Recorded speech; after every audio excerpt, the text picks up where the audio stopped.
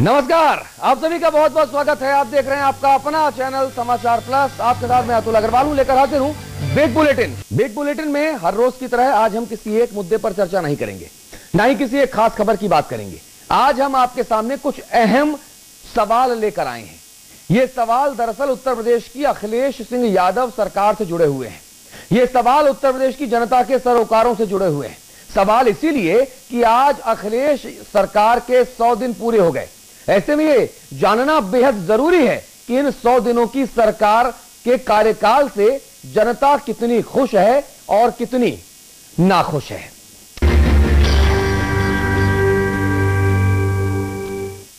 तो सरकार के 100 दिन पास या फेल है, ये हम बताएंगे आपको। तो उत्तर प्रदेश की अखिलेश सरकार ने अपने 100 दिन पूरे कर लिए हैं और 100 दिन पूरे करने के साथ ही शुरू हो गया है इन 100 दिनों का ऑपरेशन भी। हर कोई अपने अपने तरीके से इस अवधि का मूल्यांकन करने में जुटा हुआ है।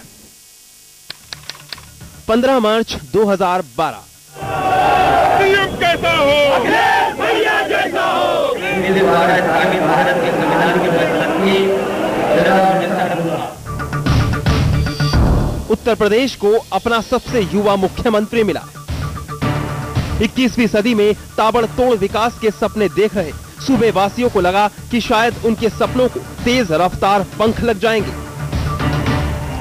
कुछ पल तो चुनाव की खुमारी रही, फिर शुरू हुआ सरकारी कामकाज। जो जनता अखिलेश को नेताजी के लड़के के रूप में जान रही थी, उन्हें अब अपने सीएम के रूप में मानने लगी थी।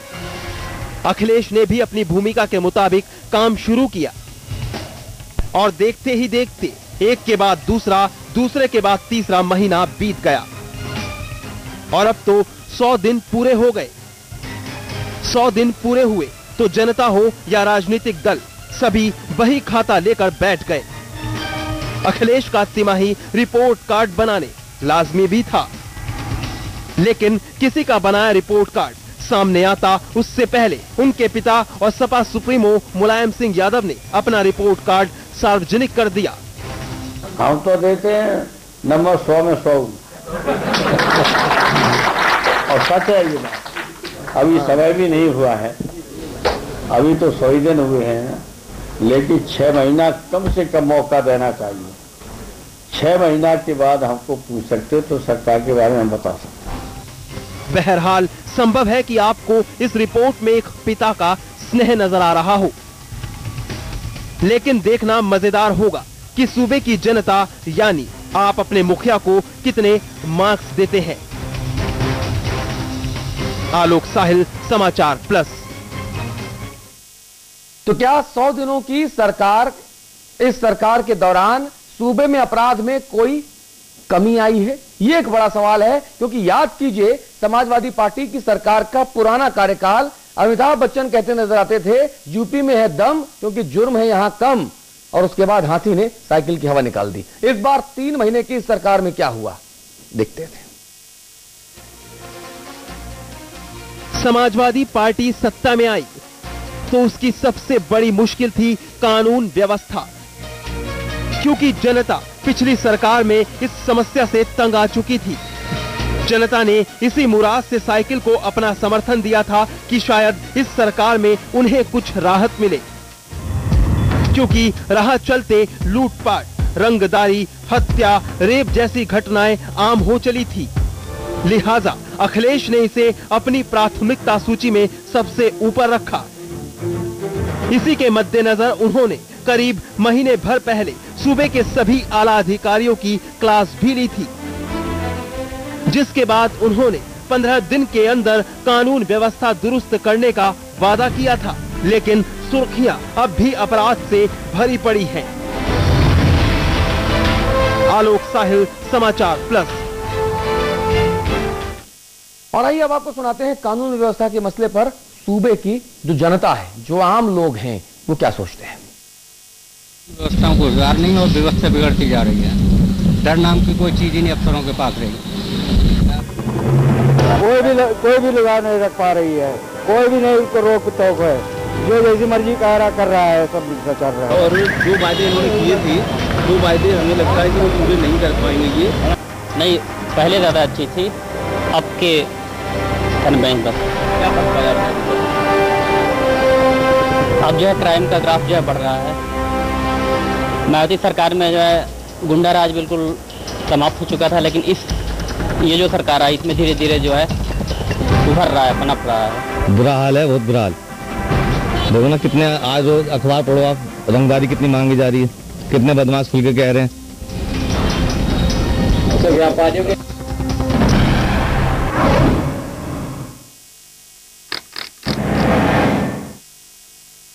10 में सिर्फ 2 नंबर, और ये नंबर दिए हैं हमारे विशेषज्ञों ने, हमारी संपादकीय टीम ने, वरिष्ठ पत्रकारों ने, और आम जन की राय के आधार पर ये नंबर दिए गए हैं। अमिताभ अग्निहोत्री जी हमारे मैनेजिंग एडिटर, उनके पास चलेंगे। अमिताभ जी, यूपी में है दम, जुर्म है यहां कम, कानून व्यवस्था सुधारने के नाम पर इस बार फिर सत्ता में आए हैं, लेकिन 10 में 2 नंबर मिले। हालांकि ये कहना बहुत जल्दबाजी है, सिर्फ 100 दिन पुरानी सरकार है, लेकिन आकलन तो होगा ही। देखिए, बिल्कुल मुख्यमंत्री के इंटेंशंस, उनके मंसूबे, उनकी इच्छा का सम्मान हो सकता है, वो सद्भाव रख सकते हैं, उनकी इच्छा अच्छी है, प्रदेश को एक नया सपना देना चाहते, एक नया रूप देना चाहते, लेकिन 100 दिन में कम से कम हम उन चीजों का मूल्यांकन जरूर कर सकते हैं जो 100 दिन में हो सकती थी आराम से। हम 100 दिन में बिजली उत्पादन बढ़ जाए, इस पर सरकार की कसौटी नहीं देखेंगे, नए फ्लाईओवर बन जाए, हाईवेज बन जाए, ये नहीं सोचेंगे, लेकिन कम से कम 100 दिन में कानून का इकबाल, सरकार का इकबाल तो दिखना चाहिए। हमने बनारस, आगरा, मेरठ, कानपुर, नोएडा लोगों से बात की, देखा कि भाई लॉ एंड ऑर्डर पर क्या कहना चाहते हैं, तो वो लोग कह रहे कि नहीं भाई, लॉ एंड ऑर्डर में तो स्थिति खराब है।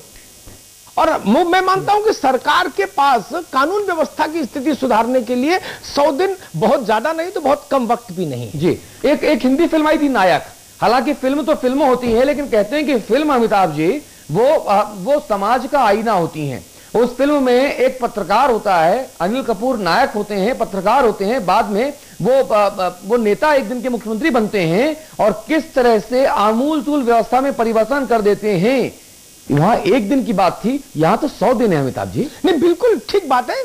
और जो कुछ चीजें ऐसी हैं जो जनता के रोजमर्रा की जिंदगी से पैबस्त हैं, उनमें वो बहुत समय तक इंतजार नहीं कर सकती जनता। हाँ। बिजली है, पानी है, अपराध है, इस तरह की जो चीजें हैं, इनमें लगना चाहिए कि हुकूमत बदली है, हुकूमत उत्तर प्रदेश में कुछ चहल पहल दिखनी चाहिए थी। आप मेरे ऊपर देखिए जी, ये जो आपको पीली और लाल पट्टी दिख रही है ना मेरे ऊपर जी, यहाँ ये देखिए आप, यहां पर आप देखिए सरकार के 100 दिन, क्या अपराध पर लगाम लग पाई है, ये सवाल हम पूछ रहे हैं। और मुझे पढ़ने के लिए ऊपर देखना पड़ेगा, आप लोग ऊपर देखिए जी। सिर्फ 10% लोग कहते हैं कि जी हां, अपराध पर लगाम लग पाई है, लेकिन एक बहुत बड़ी तादाद 85% जो लोग हैं वो ये कहते हैं कि जी नहीं, अपराध पर लगाम नहीं लग पाई है। अमिताभ जी, ठीक बात है, ये ऐसा मुद्दा है जिसमें न तो मीडिया का कोई रोल, न किसी का, नेताओं का कोई रोल, ये जनता खुद महसूस करती है। उसको भयमुक्त जीवन मिलेगा तो वो खुद महसूस करेगी, उसकी चौराहे चौराहे चेन छिनेगी जी, लूट होगी, डकैती होगी, हत्या होगी, बलात्कार होंगे, थाने के अंदर बलात्कार होंगे, तो वो उसको किसी को बताने की जरूरत नहीं जी। इसमें कोई राजनीतिक आग्रह पूर्वाग्रह काम नहीं करता, अपराध की तपिश तो जनता खुद महसूस करती है सीधे सीधे जी। अमिताभ जी, एक बहुत महत्वपूर्ण बात निकलकर सामने आ रही है कि युवा मुख्यमंत्री अखिलेश यादव के कार्य प्रणाली, उनकी बॉडी लैंग्वेज, उनके हाव भाव, उनके इरादे, उनकी नीयत, उनकी मंशा, इस सब पर किसी को कोई संदेह है ही नहीं, लेकिन जो नतीजे हैं उस पर लोगों को बहुत घोर निराशा है, गुस्सा भी है, क्योंकि हमेशा कहा जाता है कि leaders are rewarded for the results, not for the efforts put in. स्वाभाविक है, राजीव गांधी जब आए थे धूमकेतु की तरह से भारतीय राजनीति के आकाश में, तो वो जो चीजें आज हम अखिलेश यादव के लिए कह रहे हैं, वही सब चीजें कमोबेश राजीव जी के लिए कही जा रही हैं। हाँ, सपना था, विजन था, दृष्टि थी, इंटेंशन बहुत अच्छे थे, इरादे नेक थे, प्रियदर्शन थे, सबमिसिव थे, बोलते मीठा थे, लेकिन फिर भी जनता ने कहा कि हुजूर ये सब तो अच्छा है, लेकिन नतीजा भी चाहिए जी जी। नतीजे पर ही नायक की तुलना होगी, और कोई भी राजा इस बात से बच नहीं सकता कि उसकी समीक्षा उसके प्रदर्शन के अलावा किसी और चीज पर हो। जी जी जी। आप अमिताभ जी रहिए हमारे साथ। इस वक्त हमारे साथ एक खास मेहमान जुड़ गए हैं, हमारे लखनऊ स्टूडियो में मौजूद हैं सैयद जीशान हैदर साहब। आप कांग्रेस पार्टी के प्रदेश प्रवक्ता हैं, हैदर साहब, मुझे ये समझाने की कोशिश कीजिए कि एक के बाद एक दावे बहुत किए गए, लेकिन उन दावों का जो दम है, क्या इन 100 दिन में हम अगर फौरी तौर पे आंकना चाहें तो क्या देख पा रहे हैं आप? जुर्म की हम बात कर रहे हैं, अपराध की हम बात कर रहे हैं। नमस्कार। देखिए, हम बताएं, अखिलेश यादव जी से लोगों को बहुत सारी लोगों के अंदर बहुत ज्यादा जो है सोच थी कि अखिलेश यादव जी आ रहे हैं तो बहुत युवा मुख्यमंत्री हैं, तो बहुत कानून व्यवस्था समझेगी, क्योंकि समाजवादी पार्टी हमेशा से गुंडों की पार्टी मानी गई। गुंडा राज आ जाता है, कहा जाता है समाजवादी पार्टी आ जाएगी, गुंडा राज आ जाएगा। लेकिन जिस तरह से इनसे लोगों को सोच थी कि लोग सोच रहे थे कि अखिलेश यादव जी के आने से कुछ गुंडा राज कम होगा, इस बार ऐसा नहीं होएगा। लेकिन जो आंकड़े बता रहे हैं कि उससे ज्यादा बढ़ गया। 100 दिन हो गए हैं, 100 दिन में हम नहीं आंकलन कर सकते हैं किसी भी सरकार का, लेकिन जिस तरह से दिखाई दे रहा है उस तरह से यही लग रहा है कि अखिलेश यादव जी ने जो बातें कही थी या जो चीजें कही थी उसको इंप्लीमेंट नहीं कर पा रहे हैं। सिर्फ उसके वादे किए जा रहे हैं, लेकिन इंप्लीमेंटेशन किसी चीज का नहीं हो रहा। हाँ, नहीं, और एक के बाद एक अगर हम हैदर साहब बात करें, बेरोजगारी भत्ते की बात करें, बजट में 1100 करोड़ रुपए का प्रावधान किया गया, सितंबर से बांटने की संभावना जताई जा रही है। कंप्यूटर लैपटॉप 2700 करोड़ रुपए का प्रावधान है। इतना पैसा कहां से आएगा? खरीद की प्रक्रिया पर मंथन हो रहा है। गरीब महिलाओं को 2-2 साड़ी आप देंगे, 200 करोड़ रुपए बजट में इसका प्रावधान किया गया है। मुस्लिम लड़कियों को अनुदान आप देंगे, बजट में 100 करोड़ रुपए का प्रावधान, लेकिन नियमावली अभी तक बनना शुरू ही नहीं हुई है। किसानों को कर्ज माफी 500 करोड़ रुपया। विश्वविद्यालय में छात्र संघ शासनादेश जारी। 17 पिछड़ी जातियों को अनुसूचित जाति में शामिल किया जाएगा, फैसला नहीं हुआ। मेरा मतलब यह है कहने का हैदर साहब, इतने सारे आपने वायदे कर लिए, इन वायदों को आप पूरा करेंगे कहां से? भैया पैसा आएगा कहां से? यही मेरे भी समझ में नहीं आ रहा है कि ये सिर्फ मैनिफेस्टो तक ही सीमित ना रह जाए। हाँ। कि इलेक्शन से पहले मैनिफेस्टो में आपने लॉलीपॉप दे दी। हाँ। और आज की डेट में आपका खजाना खाली है, आय के स्रोत है नहीं, और आप जो है बड़े बड़े वादे किए पड़े हैं। तो वही मैं कह रहा हूं कि इम्प्लीमेंटेशन कैसे होएगा? इंप्लीमेंटेशन कैसे होगा? अमिताभ अग्निहोत्री जी, आपने उत्तर प्रदेश को बहुत करीब से जिया है, महसूस किया है, वहीं के हैं आप, और पिछले 2.5 दशकों से आप लगातार पत्रकारिता में सक्रिय हैं, बहुत सक्रिय हैं। इंप्लीमेंटेशन होगा कैसे भाई? देखिए, अगर मैं सैद्धांतिक बात कहूं, तो अखिलेश यादव इस मामले में सौभाग्यशाली हैं कि उनके पास उनके गाइड के तौर पर एक ऐसा शख्स मौजूद है, उनके पिता खुद, जो उत्तर प्रदेश की राजनीति की हर दांव पेच को बहुत अच्छे से समझते हैं। हाँ। अनुभव है लगभग 40 वर्षों का। हाँ। अनुभव और युवा सपने दोनों का कॉम्बिनेशन है इस वक्त उत्तर प्रदेश की सरकार।